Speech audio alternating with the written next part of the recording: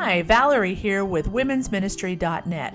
Welcome to this month's Women's Ministry Matters video devotional with Jennifer Rothschild. Join us as Jennifer shares an excerpt from her most recent Bible study, Missing Pieces. I will never forget when I was on stage in West Virginia and I was at the lowest point of my life. I wouldn't have thought that until the evening when it all came up all at once. I was speaking at an event, and I'll be honest with you, I had kind of a rough year leading up to this event. And I was beginning to get disoriented on stage. Now, if you've never done any of my studies or read any of my material, you may not be aware that I'm blind. So I have learned how to navigate in the dark. But I realized that my skills at navigating in the dark they were just beginning to wane. I wasn't as good at it as I used to be. Now, maybe it has something to do with being in my late 40s, or maybe I was just tired. I don't know what it is, but I had begun to have some trouble on stage. And what would happen is I would be standing up to teach, to an audience, and I would lose where I was. I would normally count my steps and remember what direction I was facing, but I would begin to lose my orientation. And so I'd be veering over, toward the right wall, and I would be just really trying to minister the plan of salvation to the right wall. And of course, I would get no response, And then I would find myself, at one point I was even facing toward the back of the stage, and, I would laugh and try to be a big girl, but I gotta be honest, it really started to bother me. And so my husband, I call him my own Dr. Phil, he suggested that I use a stool when I spoke. And I'll be very honest with you, I didn't want to use a stool, because to me, using a stool was kind of this admission that I'm handicapped.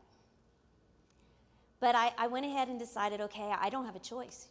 I want to be able to speak to an audience, and so I had a stool on stage, and there I was in West Virginia, and I was speaking and teaching, and my assistant was sitting on the front row, and she could tell the way I was kind of moving my hand a little that I couldn't find the stool. And the more I walked and the more I tried to gracefully move my hand, she could tell, oh no, Jennifer can't find the stool. And so in a few moments, she walks up on stage and she very gently places my hand on the stool.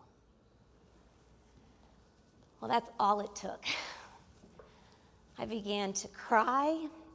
I was supposed to be singing a song at the end of this message, and I guess some people could call it singing. I got through it, weeping, singing. And I remember when I began to sing the first note, as I was crying, I just was asking the Lord, help me get through this so I can get off this stage and never step on one again.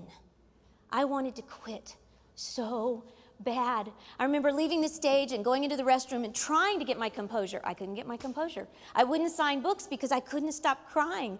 I went back to the hotel. I cried. The next morning I got on the airplane. I cried.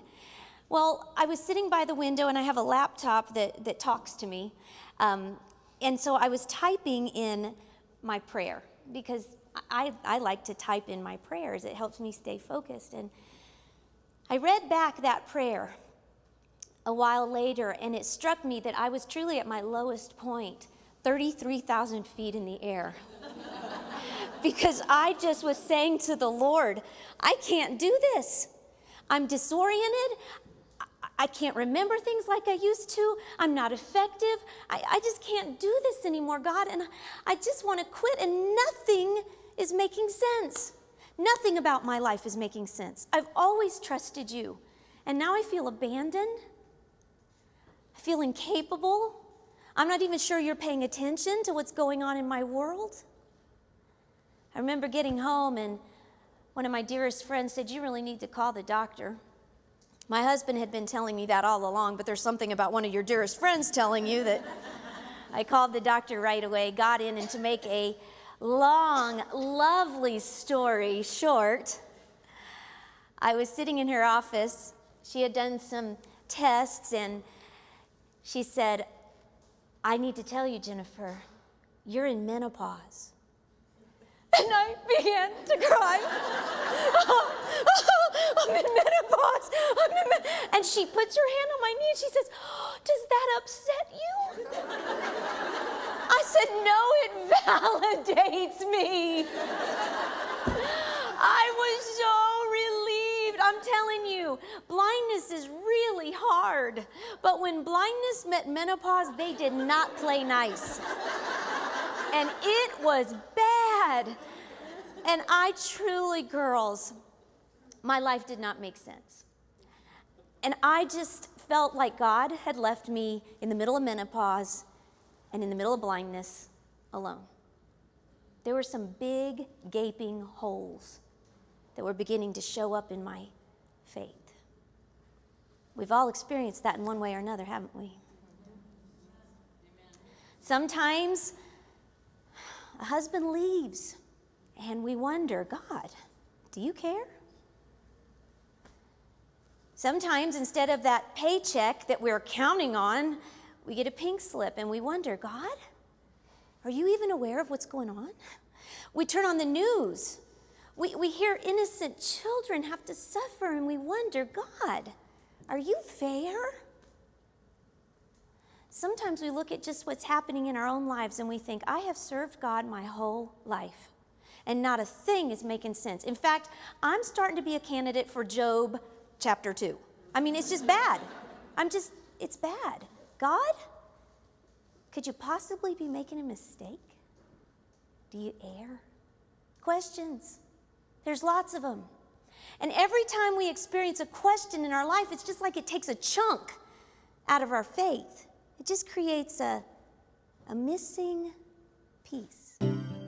Thank you for joining us today. Please come back and visit us at womensministry.net because the community is always better when you show up.